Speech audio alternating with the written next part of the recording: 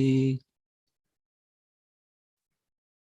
anticipation of Ram Nomi, we've been reading from 9th Canto Srimad Bhagavatam, the chapters dealing with Lord Ramacandra. Let's see if our children know some Ramacandra stories. 1, 2, 3, 4, 5, 6. Would you, in the blue t-shirt, I don't know your name. Daksh? Palaksh. Do you know a little bit about Lord Ramacandra? And do you know one of Ramachandra's pastimes? Not at all. Okay. And how about your sister? Not at all. How about you? Not at all.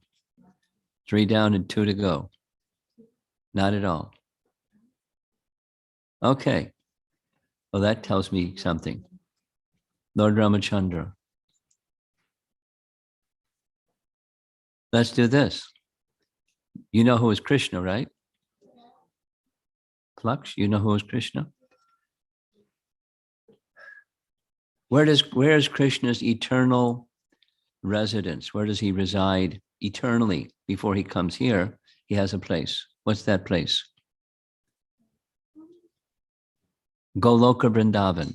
You've heard of that? Goloka Vrindavan. That's in the spiritual sky, far, far beyond where we are, because where we are is, in the words of Lord Brahma, we're in a pot-like universe. It's a hollow inside with stars in the sky and everything. And then there's coverings, very thick coverings. And beyond the thick coverings, there's the causal ocean. On the other side of the causal ocean, the spiritual sky, and the vastness of the spiritual sky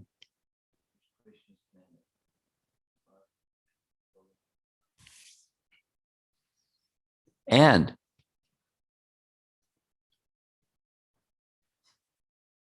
pay attention. I want you to hear about Lord Ramacandra, but you have to be attentive. So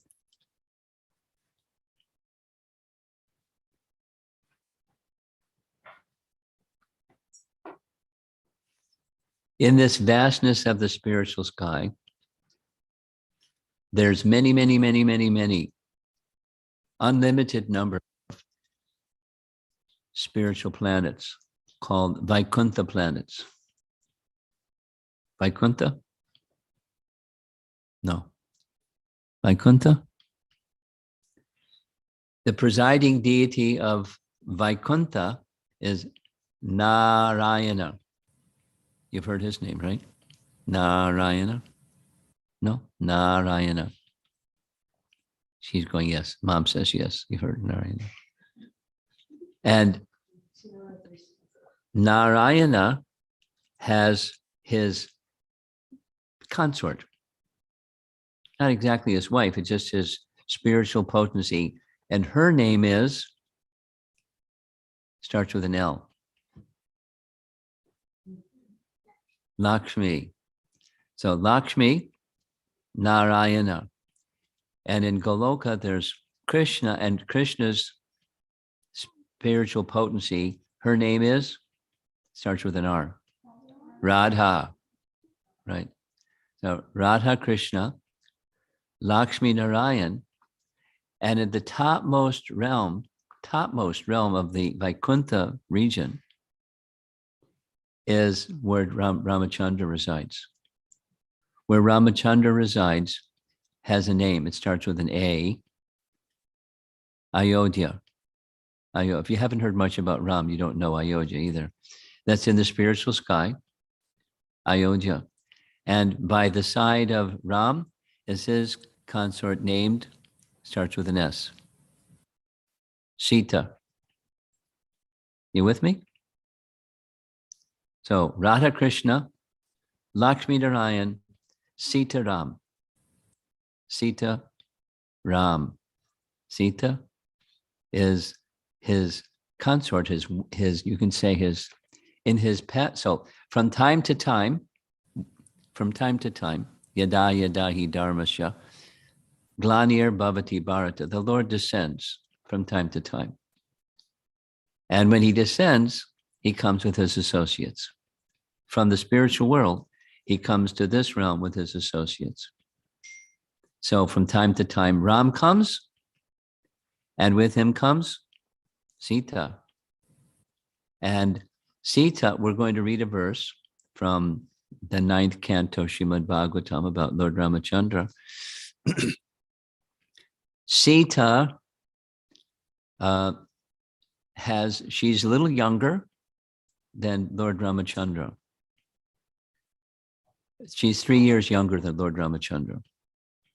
And her father, Sita's father, is named Janaka.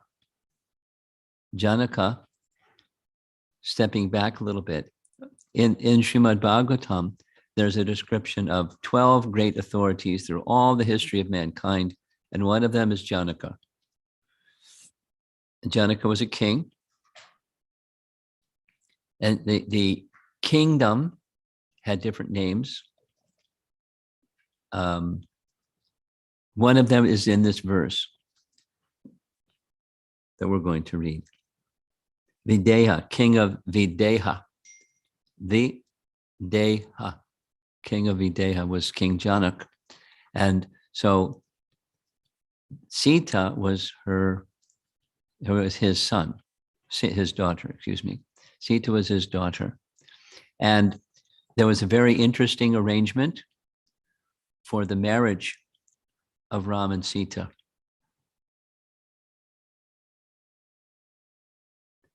The arrangement for the marriage was, there was this, we read this yesterday. There was a bow of Lord Shiva that was really big. It was so big, they couldn't lift it.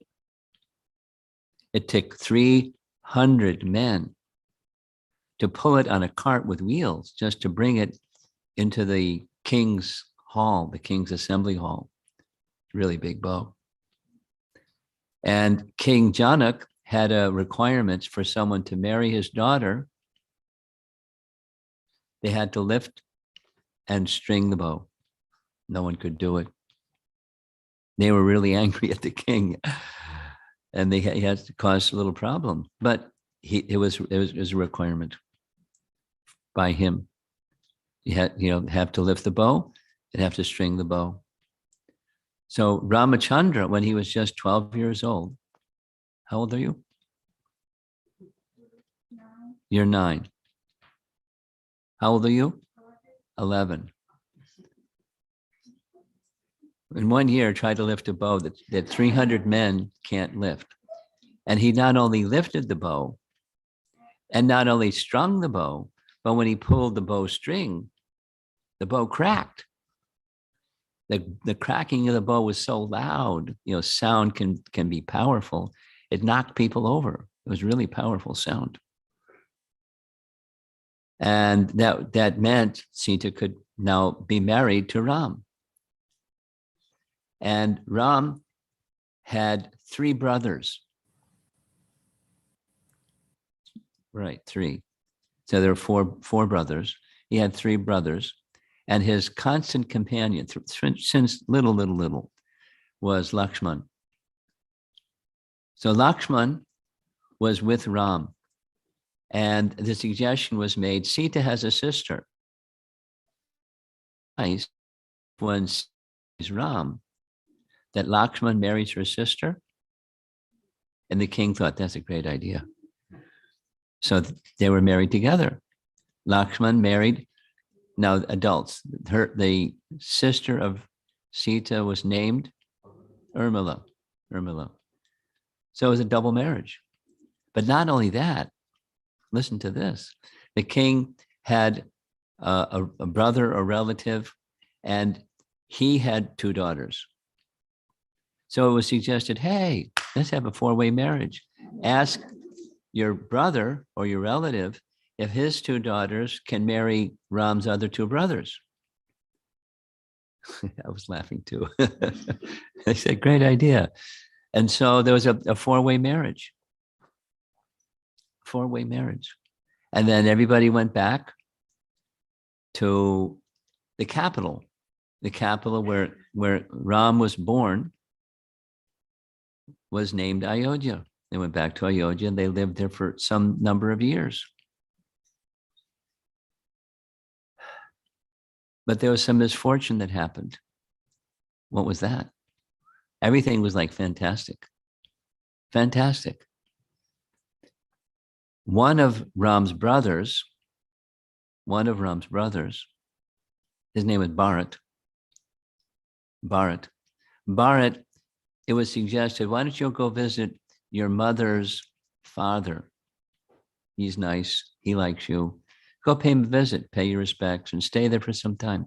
Sure, that'd be nice. So while Bharat was gone, there was a plan by Ram's father to establish that the eldest brother, Ram, because he was the eldest of the four brothers, that he would become the next king. And there's like a big ceremony. And all the citizens were really happy, and everybody was really happy. Everybody was really happy except one lady. Her name was Mantra. She didn't like it.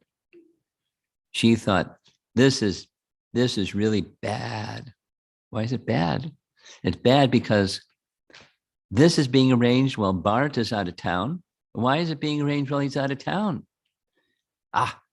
It's being arranged because it's to trick him. When he comes back, he's going to be a second-class citizen. Maybe Ram will just like finish him because he's competition. And not only that, you, the mother of Bharata, you're going to now be a lower-class citizen instead of being the favorite of the king. And this is a bad idea. And after lots of nasty talk, she convinced Bharat's mother to do something very nasty. Very nasty. Because once upon a time, when they were very young, newly married couple, the king, Ram's father was the king. And Ram's father, he was in a battle and he got hit with arrows and was lying on the battlefield nearly dead. So his good queen, his wife, came, put him on the chariot, took him off the battlefield, nursed him back to life. And the king was so grateful and said, you saved my life. And so I make a pledge to you. You can ask for 2 benedictions, 2 boons, anything you want, and it's yours. And she said, later. I'm very happy. And she had forgotten. But she had an assistant, a hunchback. You know what a hunchback is? Somebody that's like, their back looks like that. Hunchback. So the hunchback lady, she has a name too. Her name is Mantra. She said, ask now for your 2 boons. And here's the 2 boons. 1, Ram goes to the forest. 14 years, banned from the forest. And instead of Ram becoming the king, your son should become the king. Bharat should become the king. It was really, so Kaikeyi, the mother of Bharat, became convinced. And she had she was not a worldly lady, so she was easily fooled. And she was also stubborn. When she locked into something, that was it. So it happened. Ram was banned. He had to leave for the forest. The next day, he was supposed to become the king, and the next day he's in the forest. Really bad. And the citizens were too distressed. Sita went with him, and Lakshman went with him. So the 3, Ram and his next brother, dear friend, constant companion Lakshman, went with him. And Sita went with him. So the 3 of them, wearing forest clothing, not like, regular clothing, because they were royal people. Tree bark. Yeah, you're making a funny look at your face. Tree bark. What does wearing tree bark look like or feel like? But that's what they wore. And off to the forest. 14 years. And almost 13 years had passed, 12 plus years had passed, living in the forest. What did Ram do when living in the forest? Primarily what Ram did was he went to the residences of sages, hermitages, because at that time it was a thing, it was fashionable. Sages would live in the forest. And while living in the forest, they would do meditation, they would perform yagyas, they would undergo austerities, and the sages had become devotees. And they had a desire to see the Supreme Lord. So he went to visit them in the forest for 12 years.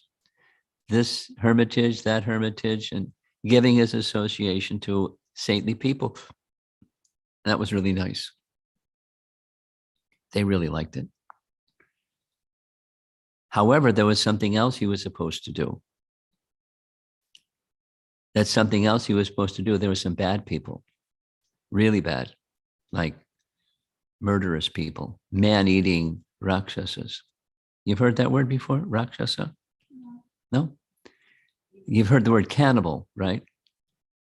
Cannibal? Cannibal. This young man knows what a cannibal is. Cannibals eat people. Yuck. And rakshasas eat people. They have a special favorite, sages in the forest. They really love sages in the forest.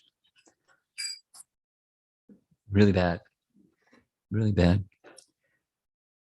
So one of the purposes of Lord Ramachandra's appearing in this world was to eliminate those people. Not just, unwholesome and kind of unclean and not nice, but cannibals, rakshasas, really vicious people. So he appeared in the world to eliminate them from the surface of the earth. So it was time for that to happen. So how did it happen?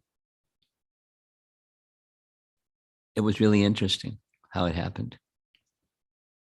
How it happened was,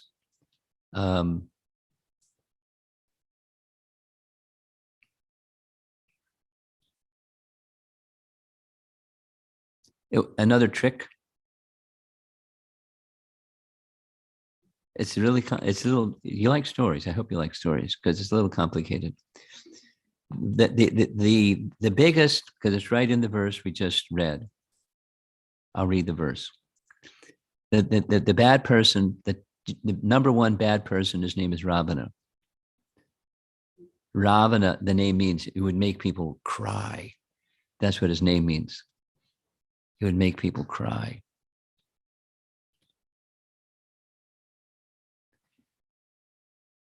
When Ramachandra entered the forest and Lakshman was also absent, the worst of the Rakshasas, Ravana, kidnapped Sita, the daughter of the king of Videha. Sita was the daughter of the king of Videha. Just as a tiger seizes unprotected sheep when the shepherd is absent. Then Lord Ramachandra wandered in the forest with his brother Lakshmana, as if very much distressed due to separation from his wife. Thus, he showed by his personal example the condition of a person attached to women. That's the Bhagavatam verse, text 11. So here's what happened. There are some things that happened in between. They're in the forest, and something mysterious happened. That something mysterious that happened was a Rakshasi lady who was Ravana's sister.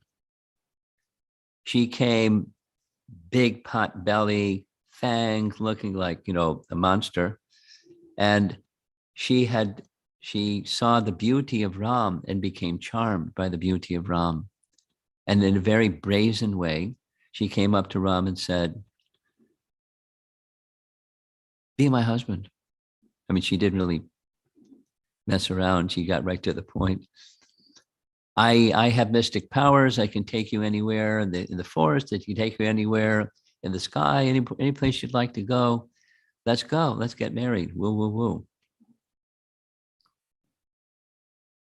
You know, misshapen, weird-looking Rakshasi. So what did Ram? Ram made a joke. He said, look, I'm married. Here's my wife.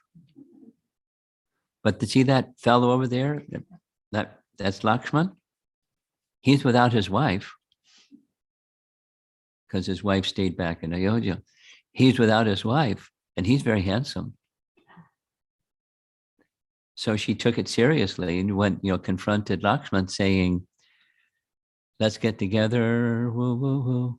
And Lakshman said, oh, you don't want to be married to a servant. Then you become a servant's servant. You become a slave. And I'm not so qualified, be it. He's really the qualified one. So she took that seriously. And she went and said to Ram, there's only one thing standing between you and me, and that's her. So I'm going to eat her, and then you can marry me. And she started to attack Sita. Ram said, boom, stop. His voice was so loud, she froze in her tracks and said, Lakshman, stop her. So Lakshman had a razor sharp sword, and he didn't kill her because she was going to attack Ramchandra's wife. He didn't kill her, but he cut off her nose and her ears. A really sharp sword, like a razor. And she was very pained and ran screaming and screaming and screaming and ran away. Where'd she go? She went back to the camp where her cousin brothers named Karan Dushan, and then another fellow named Trishiras, great, powerful warriors. Look at this bloody mess. Take revenge. Crying and screaming. Lakshman, and so her brothers said, stop screaming. Tell me what happened. And she said what happened. She made up a story, what happened. Take revenge, take revenge. So he sent 14 generals. Go, kill this fellow. Instead of killing the fellow, that was Ram, they were all killed. And Shurpanakha went back and said, oh, he killed 14 generals. Oh, I'm bringing my whole army of 14,000 soldiers with powerful generals. That's a lot of people. All at once. And they came charging. So Ram said to Lakshman, go protect Sita. There's a cave up there. You stand, put her in the cave. You stand at the mouth of the cave. You protect her. Give your life if you have to protect her. Protect her. And I'll take care of the 14,000. Okay, someone's at the front door. 14,000 soldiers were killed by Lord Ramacandra.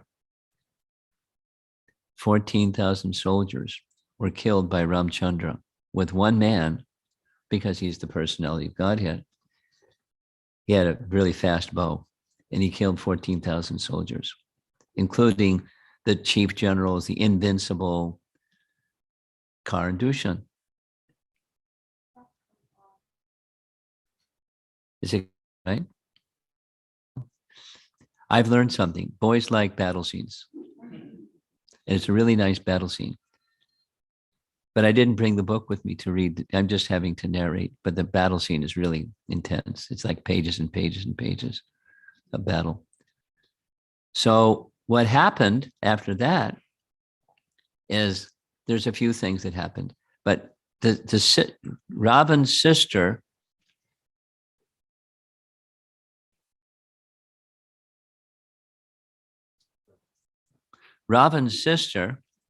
went back and told Ravan, look at this, bloody nose, ears cut off. Do something. What kind of a brother are you? What kind of a powerful Kshatriya are you? Do something. Calm down. Tell me what happened. She lied. She didn't mind lying. She said, there's this beautiful woman and I wanted that beautiful woman for you. And when I went to help this beautiful woman come to you, they did this to me. Take revenge. Ravan and she insulted him, her brother. She could get away with it. Most people couldn't get away with it. He was wicked. So he decided, let me try to kidnap Sita. If I kidnap Sita, Ram will become weakened. And then I can defeat him. That was his plan. And how to kidnap Sita? I've got a relative. He has mystic powers. So he went to his relative, Mricha, and said, Mricha,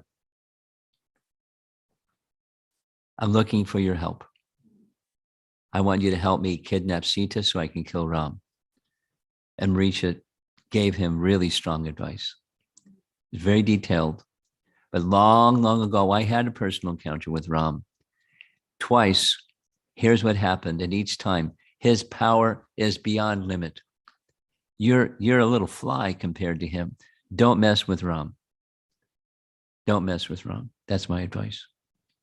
Be happy you have so many queens and you have so much opulence. Otherwise, everything can be destroyed. Don't do it. Then Ravana said, look, I asked you nicely, and now I'm not going to ask nicely anymore. Either you do it or I'll kill you right now.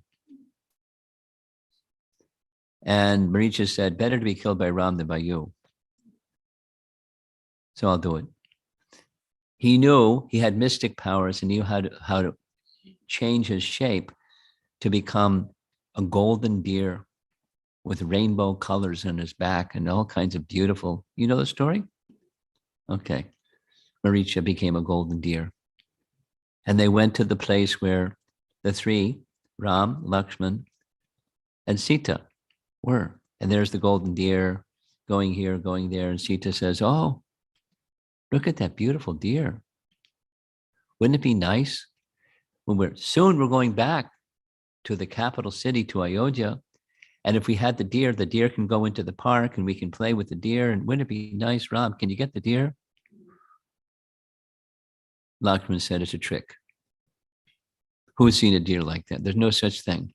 It's a mystical display. It's a trick to trick you. Don't go for it. Ram said, yeah, if it's a trick, then I'll kill the deer. No problem. So he went after the deer and said to Lakshman, you protect Sita, because that was like his thing. He would make sure Sita was safe. But then what happened was when Ram shot the deer called out, Lakshman, Sita, help. Sita heard it. Lakshman, did you hear that? Yeah, I heard it. You know what that means? Ram's in danger. Go quickly and help him. Ram said to stay here and protect you. Ram doesn't need anybody's help. He's all powerful. It's a trick. Then she threatened to commit suicide. You don't go, I'm committing suicide. No. You can't do this. But I can't leave. What to do? He went to rescue Ram. And when he was gone, Ravana, remember his name? The bad guy, number one bad guy. Ravana came and kidnapped Sita. He disguised himself as a gentle Brahmin, but he was like a bad guy, number one bad guy. And he kidnapped Sita and took her away. And he had a means to travel in the sky. And he traveled all the way back to Lanka, where it was his golden capital. And when Ram found out that Sita had been kidnapped, he was feeling intense separation from Sita. Now, I'm going to read the purport, but the intense separation of Ram from Sita has two layers. One is spiritual and the other is material. It was an imitation of material, imitation of, let's do the spiritual first. The spiritual is when there's love, this is now transcendental love, and then there's separation, then separation intensifies the feelings of love. For example, because you know something about Krishna, Krishna had pastimes in Vrindavan, and in the evening and in the early morning is with his mother, Mother Yasoda. But when he became old enough to take care of the cows, he's out in the pasture ground with the cowherd boys and the cows. And Mother Yasoda and all the elders in the village, they're feeling separation. But the cowherd boys are having a great time because they're with Krishna all day long. And then when it's time to end, they go back as the sun is setting, the cowherd boys are, we can't wait till tomorrow. And the ladies and the elders in the village, yay, Krishna's back. So there's, in Krishna's pastime, there's continual meeting and separation. There are times when they're with Krishna, and there are times then Krishna is not present. When Krishna is not present, their feelings become more intense. They become inflamed, wishing to meet again. It's just the nature of a loving relationship. It's varieties. And love, when lover and beloved, or friend and friend, or parent and child, they're together, they're happy. And when they're separate, they're feeling separation.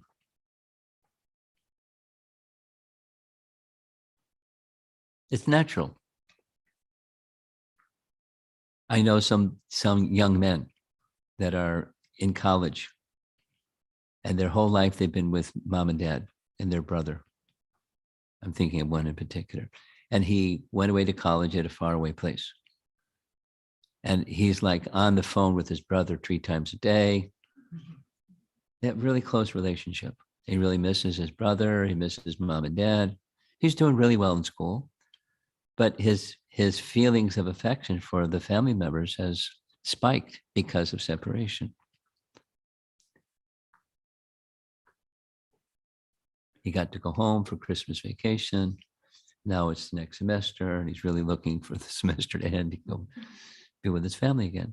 So it happens in this world, it happens in Krishna's pastimes, and it happens in Ramachandra's pastimes. That is, there's a transcendental feeling of separation from Sita. Not only that she is, who knows, he doesn't have any idea where she is, what happened. She may be in danger. Maybe some wild forest animals ate her, or who knows what. He's in a lot of anxiety for her safety, and he's missing her association. It's natural. That's on the spiritual side. Love and separation intensifies those feelings of the loving relationship. There's a Sanskrit term, meeting and separation. Sambhog and Vipralamba, meeting and separation. Transcendental emotion. And then there's a teaching side, and the teaching side is what's being mentioned in this verse. The teaching side is that when there's too much material attachment, then it leads to pain, material emotional pain. Very difficult.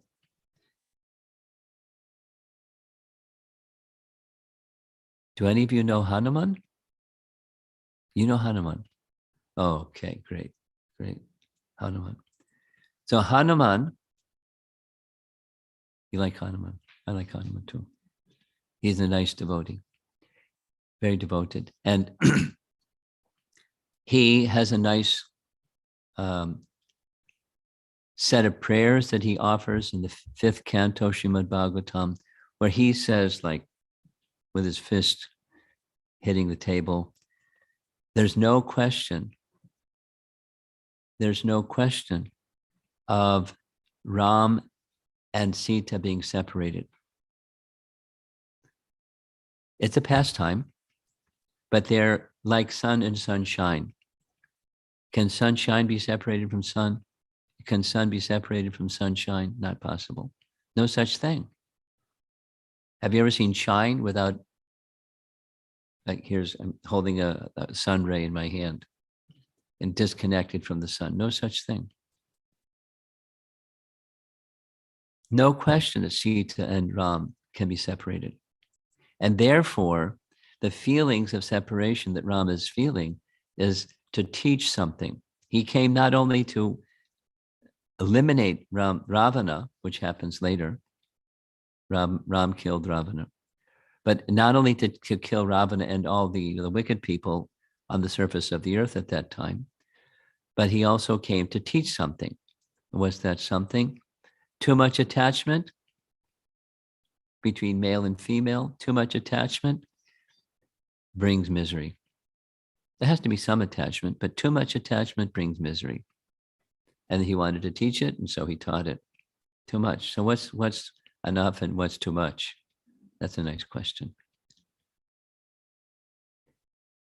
And if you're moving in the spiritual direction in life, enough is to assist one another for making spiritual progress, because that's the mission of human life, is spiritual perfection, spiritual progress up to spiritual perfection.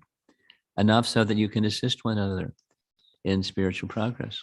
And too much is you forget the spiritual progress part and you just get lost in negative emotion. Pain and more pain and more pain and more pain. Too much. So too much attachment leads to pain. And that's what he wanted to teach. And it's specific in this case between male and female, or man and wife.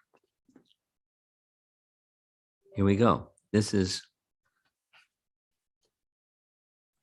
maybe not the best purport for young people. Maybe I'll skip it and go to the next verse. Yeah, I'll go to the next verse. It's a nice teaching for our adults, but I want to be relevant for the young people. So we'll go to the next verse. Lord Ramacandra, this is text 12 from Canto 9, chapter 10. Lord Ramacandra, whose lotus feet are worshipped by Lord Brahma and Lord Shiva, had assumed the form of a human being. Thus, he performed the funeral ceremony for Jatayu, who was killed by Ravana. So who is Jatayu? That's a long story. Jatayu was a bird who had long ago had a very close relationship with Ram's father. And now he's living in the forest, and Jatayu volunteered to Ram, I used to be very close to your father. I'd like some service. The service I'd like to do is to give protection to Sita. Is that okay? Ram accepted. Jatayu was a giant bird with his mission of protecting Sita. When he saw Sita being taken away, abducted by Ravan, he challenged Ram, powerful, and he knew he would lose his life, but he couldn't stand by and watch Sita be kidnapped. So big fight between Jatayu and Ravan. Ravana finished him. With his sword, he chopped off his wings. He fell to the ground, bleeding to death. Ram came and found him, dying. Jatayu, what happened? And Jatayu said what happened. Ram wanted to know which way, who was it? And which way did he go? He went south. That's where he was headed with Sita. So Ravana performed his funeral when he died. Jatayu gave some recommendation what to do. And off Ram went after performing the funeral for Jatayu. The Lord then killed the demon named Kabandha. That's another interesting story. It's just mentioning by name Kabandha. Kabandha was this humongous, weird-looking creature living in the forest who had been cursed to have this weird-looking shape. When Ram liberated him from that curse, then Kabandha assumed his heavenly-looking form and told Ram how he could get Sita back. How you can get Sita back? Make friendship with the monkey king Sugriva. And you'll find him headed in the south direction by this Rishamukh mountain. You'll find him over there. And Kabandha left. And after making friends with the monkey chiefs, that's Sugriva and others, killing Vali, that's Sugriva's brother, and arranging for deliverance of Mother Sita, he went to the beach of the ocean. That's the summary. And here's a short purport. When Ravana kidnapped Sita, she was obstructed on Jatayu, large bird. But the powerful Ravana defeated Jatayu in the fight and cut his wing. When Ramacandra was searching for Sita, he found Jatayu almost dead and was informed that Sita had been carried off by Ravana. When Jatayu died, Lord Ramacandra did the duty of a son by performing the funeral ceremony, and then he made friends with the monkeys to deliver Sita Devi. So Hanuman was in that monkey group.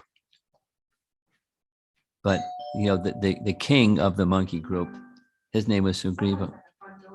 Thank you.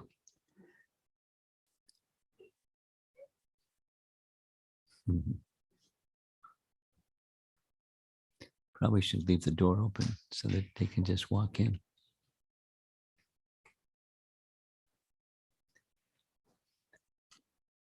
It's significant that when Ram's father died, Ram's father died when Ram had to leave to go to the forest for 14 years.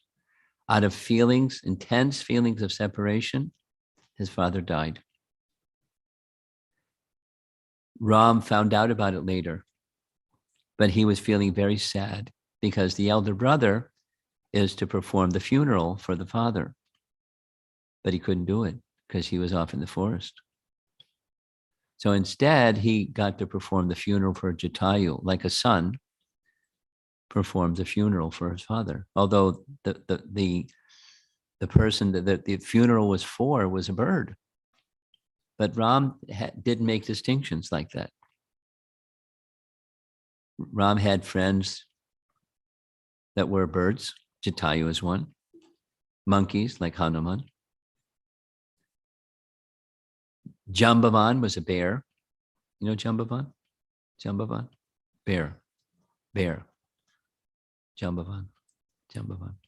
He shows up in Krishna's pastimes too. Jambavan. And a squirrel. You know the squirrel pastime? You know about the building a bridge to go to Lanka? You know about that? Yes. So when the monkeys were building a bridge to go to Lanka, they were really powerful personalities. There's a detail of how they had all that power. They were demigods who had produced children to assist Ram in destroying Ravan. So they were sons of demigods with powers of demigods arranged specifically so they could assist Ram. So they were really, really powerful. They weren't ordinary, run-of-the-mill monkeys. They were special personalities.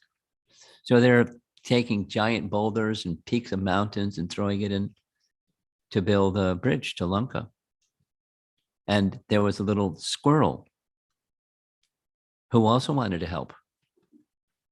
You know, he can't throw big boulders and mountain peaks. So Hanuman, requested him, please get out of the way. You're blocking our bridge building. And Ram confronted him. Hanuman, you have a greater capacity. He has a lesser capacity. That's okay. He's doing according to his capacity. I honor the one who, according to his capacity, does what he can do. Not only the one that can do something great, even one that can do something very small. But if it's their capacity, let him be, let him help. It's a nice lesson. It's a very practical lesson. Some people are really good at stuff, at sports or academics or something. Really good at it. And there are people that really aren't so good at the same things. But if they're working according to their capacity, from the perspective of Ramacandra, or the personality of Godhead, he considers they're equal. He doesn't look at what's your capacity. Okay, you're good. You don't have much capacity, move aside. That's not Ramachandra's position.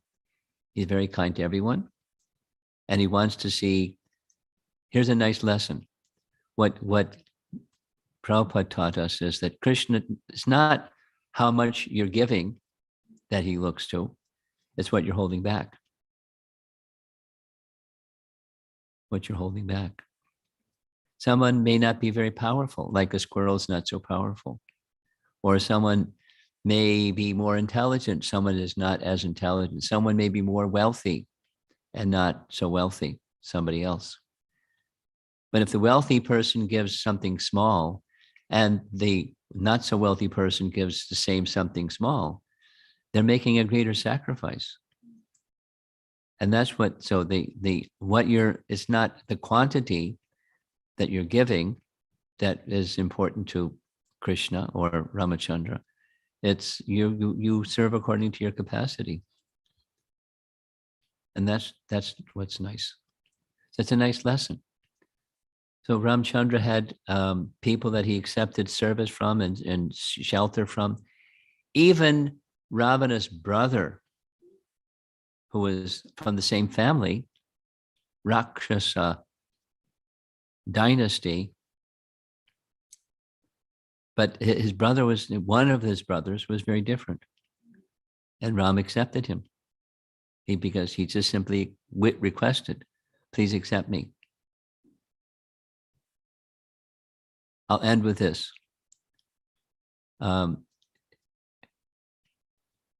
In Bhagavad Gita, there's one verse in Bhagavad Gita that's said to be the essence of the entire Bhagavad Gita. It's practically the last instruction that Krishna gives in Bhagavad Gita. And in that last instruction in Bhagavad Gita, Krishna says,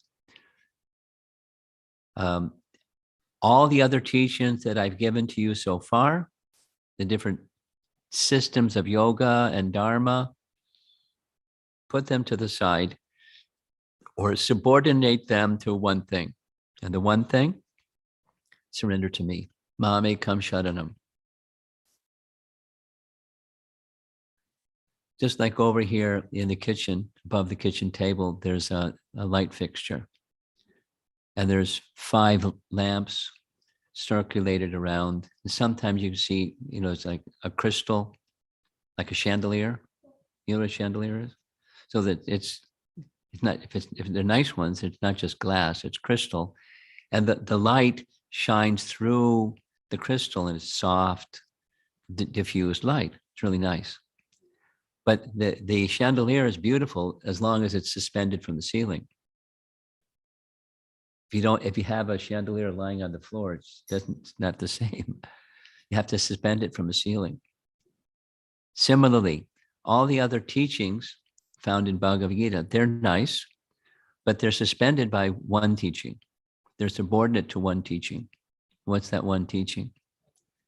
Mam ekam sharanam. Sharanam means to surrender.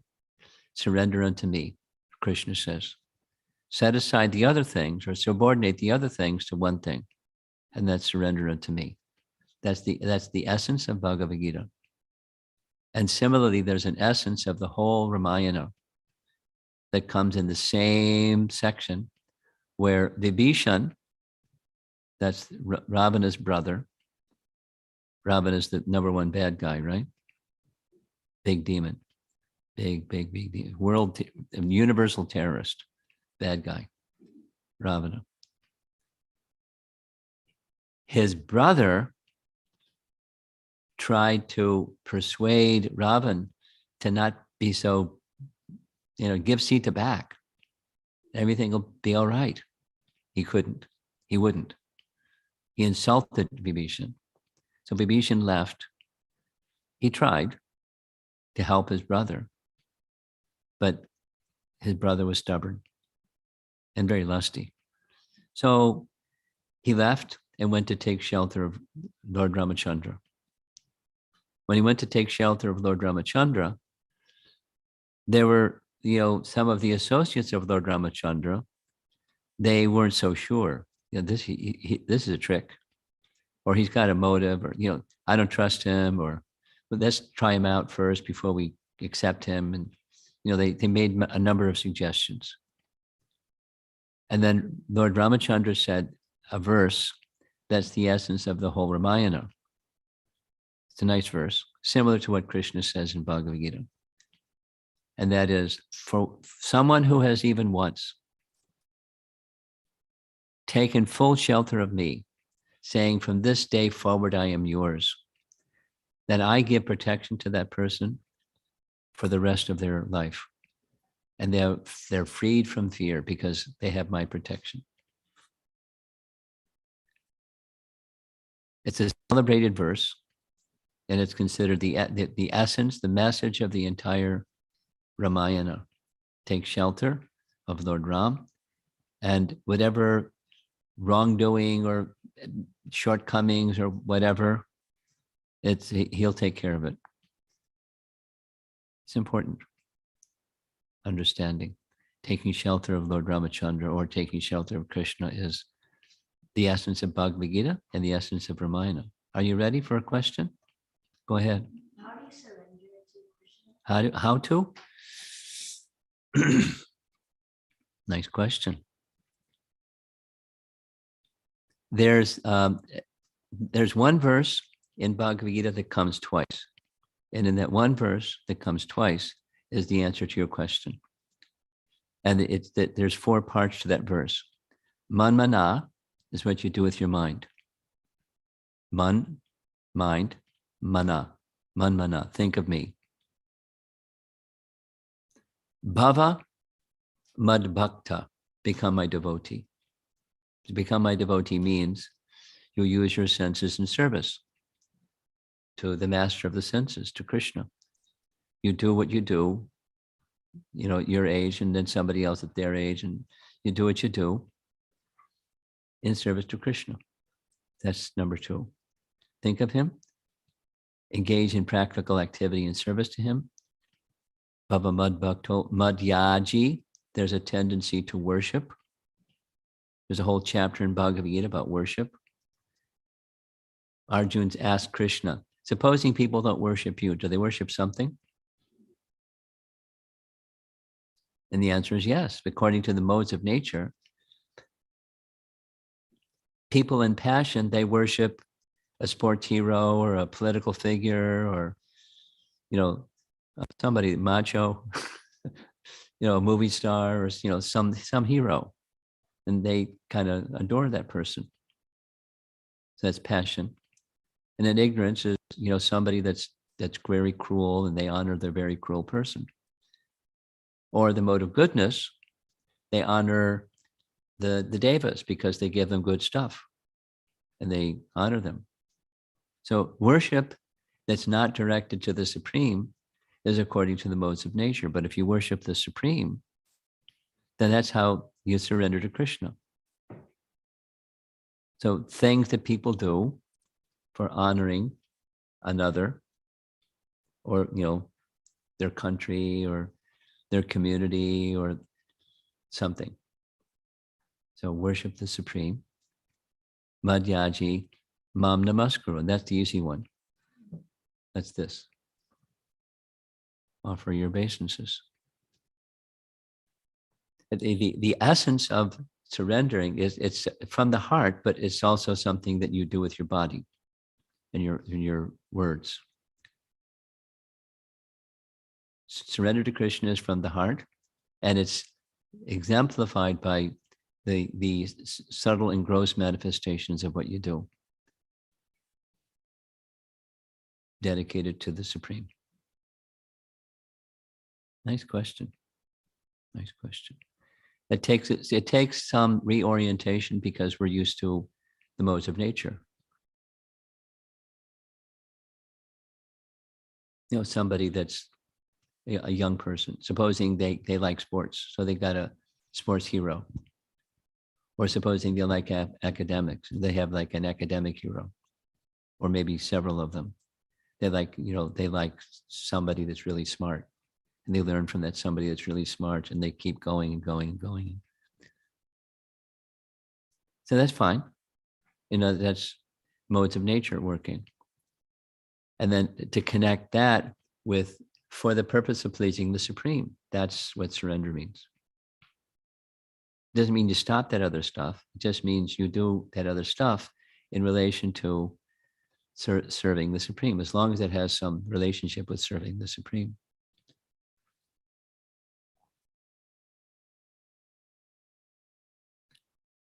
As I'm speaking, I'm thinking of George Harrison. You've heard of his name? The Beatles? The Beatles? The Beatles. The Beatles. They're big celebrities. And one of those big celebrities became a Hare Krishna devotee, George Harrison. So he really liked chanting. And he really liked devotion. He really liked surrender to Krishna. One time he asked Prabhupada if he would give him initiation. And Prabhupada said, better that you just continue being a musician. And you make music that will draw people's attention to Krishna. So that's what he did. He wrote songs under the label of the Beatles that were very devotional. My Sweet Lord, etc. World famous guy, drawing people's attention to Krishna. So that's surrender. You do what you do it nicely, do it for Krishna.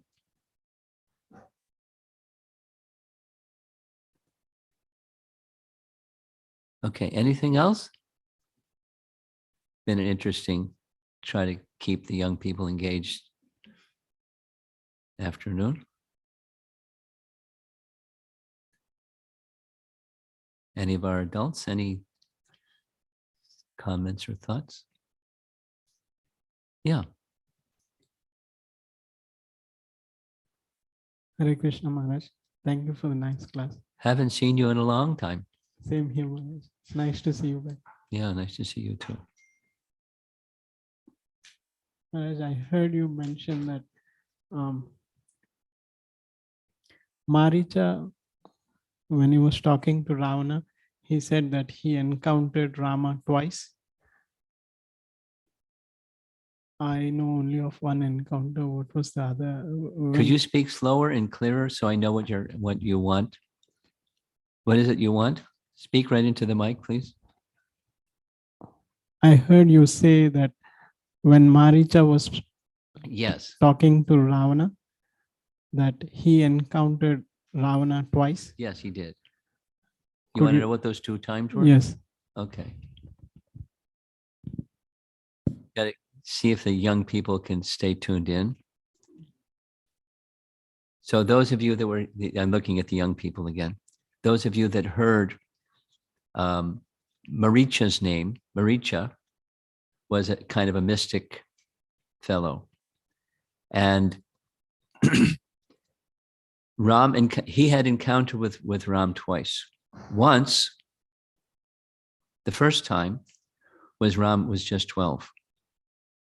When Ram was just 12, a great sage, really powerful sage named Vishwamitra came to Ayodhya and made a request of the king, Dasarath. I'd like your son, Ram, like your son to come with me and kill 2 demons that are desecrating our sacrifices. When we're just in the middle of offering ghee and grains into the fire and chanting mantras, they come and dump down pus and blood and stool, and they ruin the sacrifice because it has to be clean. And they're very disruptive. I mean, it happens again and again. So I want your son to come with me and stop them. And Dasarath didn't want to do that. He's just 12 years old. He's not even young adult yet. He's just 12 years old. And you described the nature of these two, Maricha and Sabahu. They were brothers. And this sounds very formidable. I'll come. I'll do it myself. I'll bring my whole army and I'll take care of it. No. I want your son. There was a purpose. There was a purpose. He didn't say what his purpose was, but he had a purpose. And so the king was reluctant, and Vishwamitra was going to leave angry. And the king's priest, Vashishta, said, that's not a good idea. Send Ram. Vishwamitra can protect him, don't worry. So they went. And there's many things that happened, but one of those things that happened was the 2 brothers at their appointed time came to defile the yajna, exactly what Vishwamitra said they would do. And Ram killed Subahu, but the other one, Maricha, this is the first encounter, he hit him with an arrow and he went flying in the air hundreds of miles and landed in the ocean.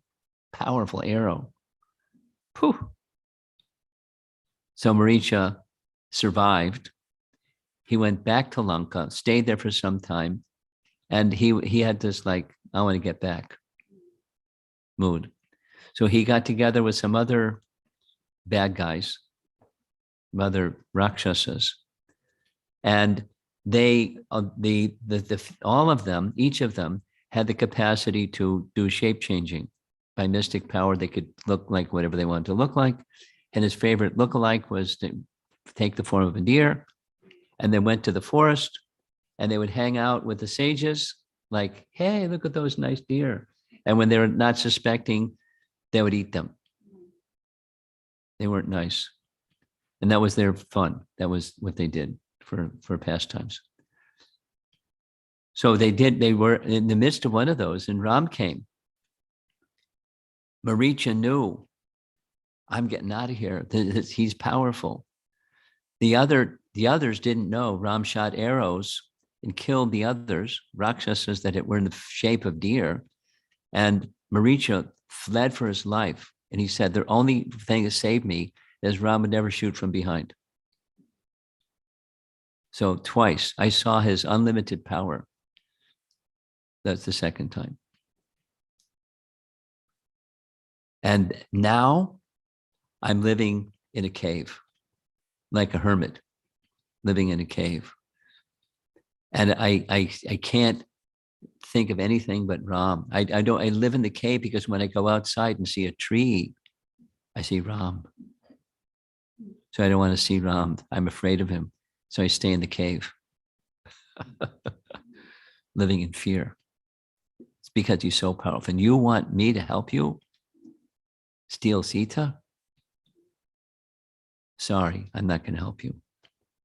Then he threatened him. Those are the 2 times.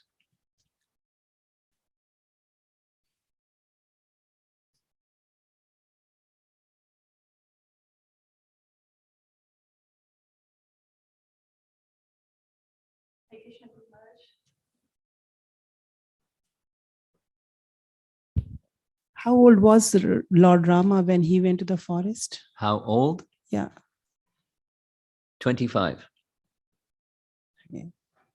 That information comes when Sita first meets Ravan at Pajapati, and he wants to know, who are you and what are you doing in the forest? And she gives her a little history. When she was married, how long she lived in Ayodhya. Now they're in the forest for some period of time. You do the math, and he was around 25. So they were married for 13 years. Thank you, Guru Maharaj. Before they left for the forest. And that means she was like 21 or 22.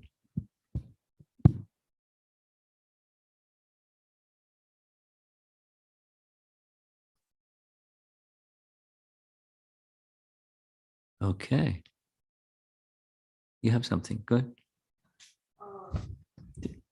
There may be some people online. Give them the microphone.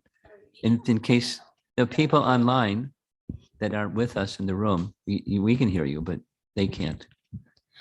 Like people, no, like when did Hanuman, like the king of the monkeys, Yes, was he evil?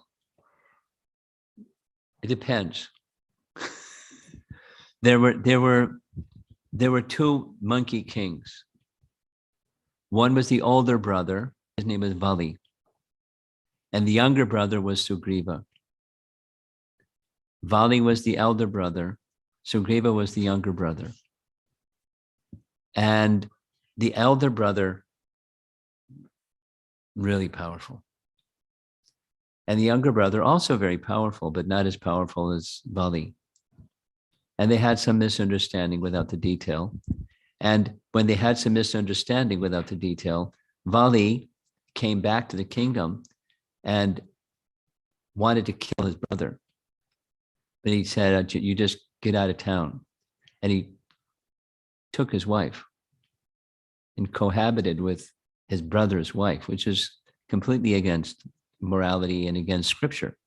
But he did it. So he was a bad guy. Bad guy. But there was some virtue in him also because of his, from the situation of his birth, et cetera, et cetera. And, he eventually turned over. He apologized to his younger brother for his bad conduct. And he gave blessing to his younger brother. There's details. But your question was, were the kings of the Vanaras or the kings of the monkeys, were they bad or good? That was your question. Sugriva was good. He became a long-standing friend of Ram. He was intimidated by Bali, like anything. So he was kind of like nervous type person, not so easily trusting because of what he had been through. But his heart was good and his conduct was good. It was just like a little skitterish and nervous about trusting. But if Bali did some bad stuff, he also had a higher nature, but he did some bad stuff. And he had to pay for it. Okay. And Yeah. so why did Hanuman go out to seek for Sita? Did Rama ask Hanuman to go search for him, or someone else did? Yeah, that's nice. Sugriva became the successor king. When that happened, it was the rainy season. Ram had pledged to help Sita get his queen back, his wife. And then Sugriva had pledged to help Ram get his wife back. So 4 months of the rainy season passed, and they made no effort to go find Sita. 4 months. And when the rainy season was over, Sugriva was like over the top with the enjoyment of being the new king. So arrangements were made, there's details, arrangements were made for when the rainy season was over to go search for Sita. So all the hordes of Vanas came together, and under Sugriva's direction, they went in 4 directions: north, south, east, and west. All of them went. Hanuman was amongst the group that went south, and Sugriva said, "I have confidence in you, Ravan, in Hanuman, that you will be the one to find Sita." Ram said the same thing. As Sugriva has confidence, so do I. Here's my ring. When you find Sita, show her this ring, then she'll know it's from me because she knows my ring. So Ram gave his ring to Hanuman, trusting he would find. So they all went, but they headed in the southerly direction. And it was Hanuman that crossed the ocean to find Sita. They were all looking, but he had the capacity to travel all the way across the sea to where Lanka is. No, Ceylon. You know the geography, right? Yeah.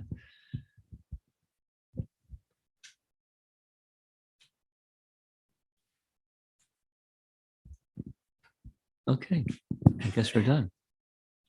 Well, it was nice to be a little challenged to keep everybody engaged, especially focused on our younger people. But there's in 1 week's time is the appearance day of Lord Ramacandra. And there's a very nice book. Well, there's different renderings of Ramayana, but one very nice one that's very readable English by Krishna Dharma. And if you want, you can read the story. The last time I was in Houston around this time last year, and I just read from the book. Every time we had a home gathering, we just read from the book. It was really easy to follow.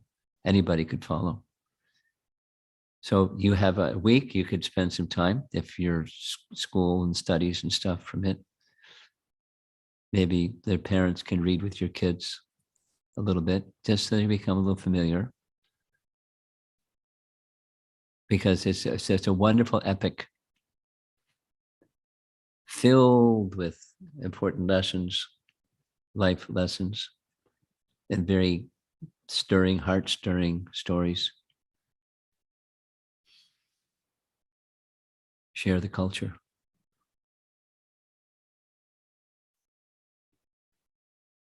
Something online? Okay, let's hear the online. This question is from Sanchari Mataji. Okay. Are the main personalities like Vibhishan, Sugriva, Jambavan, and even Ravana the same in the other days of Brahma, or is it different souls who are the fortunate recipients of these intimate relationships with the Lord? Different souls. There's a pastime that Ramchandra performs, and the personalities that participate in these pastimes are different souls, except for his eternal associates. And his eternal associates are the same ones. But then those who are not, I mean, it's the same Hanuman, for example, but there's different souls that take on different functions in his pastimes, and there's different ones. That's it. Okay. Prabhupada ki jai.